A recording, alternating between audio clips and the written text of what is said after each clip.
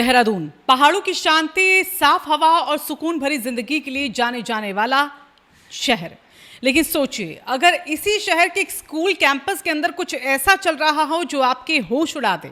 जी हां, एक ऐसा मामला सामने आया जिसने न सिर्फ पुलिस को चौकन्ना कर दिया बल्कि पूरे इलाके के लोगों को गुस्से से भर दिया। स्कूल के अंदर किराए का कमरा और उसमें चल रहा था एक ऐसा खेल जिसका किसी को अंदाजा नहीं था।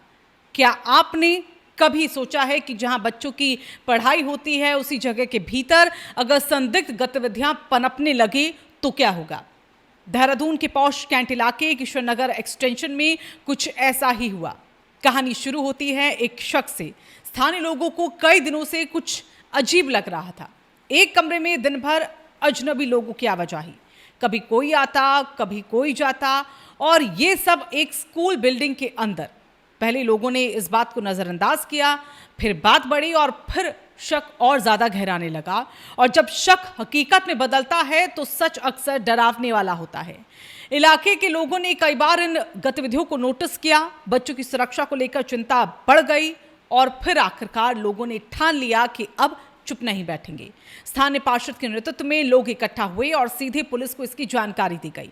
जैसे ही जानकारी मिली, कैंट थाने की पुलिस तुरंत मौके पर पहुंची, लेकिन मामला गंभीर था, इसलिए एंटी ह्यूमन ट्रैफिकिंग यूनिट को भी बुलाया गया। अब शुरू हुई असली जांच। दरवाजा खुला, कमरे की तलाशी शुरू हुई और जो सामने आया उसने सबको हैरान कर दिया। कमरे से बरामद हुई शराब की बोतलें और कुछ ऐसी चीजें जो साफ इशारा कर रही थी कि यहाँ सब कुछ सामान्य नहीं था। यानी जिस बात का लोगों को डर था वो सच निकली। इस कमरे में बाहर से महिलाओं को लाकर गलत गतिविधियां चलाई जा रही थी। पुलिस ने मौके से 2 आरोपियों को यहाँ गिरफ्तार किया, आशीष पांडे और जंग बहादुर। दोनों पर गंभीर धाराओं में केस दर्ज किया गया है। इस पूरी कार्रवाई में 3 महिलाओं को सुरक्षित बाहर निकाल लिया गया। प्रारंभिक जांच में सामने आया है कि महिलाएं दूसरे राज्यों से लाई गई थी। अब पुलिस इनसे भी पूछताछ कर रही है ताकि पूरे नेटवर्क का पर्दाफाश किया जा सके। लेकिन ये कहानी यहीं खत्म नहीं होती। जांच में एक और नाम सामने आया, कुलदीप, जिसने करीब 6 महीने पहले ये कमरा किराए पर लिया था।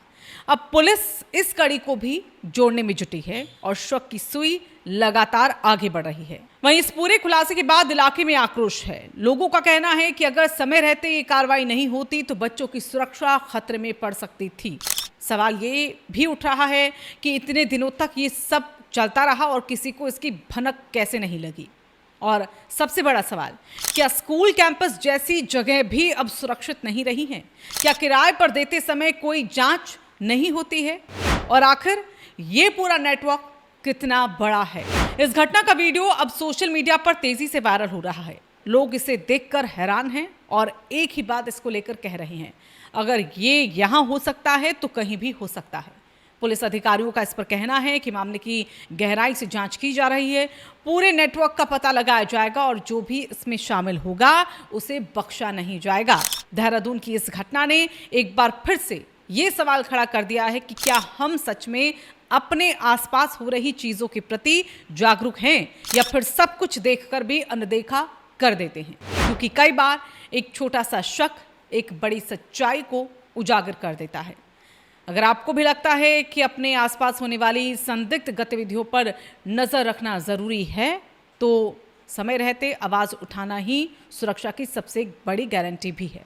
इस वीडियो को आप जरूर लाइक करें ताकि ये संदेश ज़्यादा से ज़्यादा लोगों तक पहुंच पाए और अपने दोस्तों और परिवार के साथ इस वीडियो को शेयर भी कीजिएगा ताकि वो सतर्क रहें, अलर्ट रहें। और नीचे कमेंट करके बताएं कि क्या आपके इलाके में भी कभी ऐसा कुछ हुआ है, ऐसा कुछ होता हुआ देखा गया है। और ऐसे ही जागरूक करने वाली खबरों के लिए हमारे चैनल रायशुमारी को सब्सक्राइब करना ना भूलें।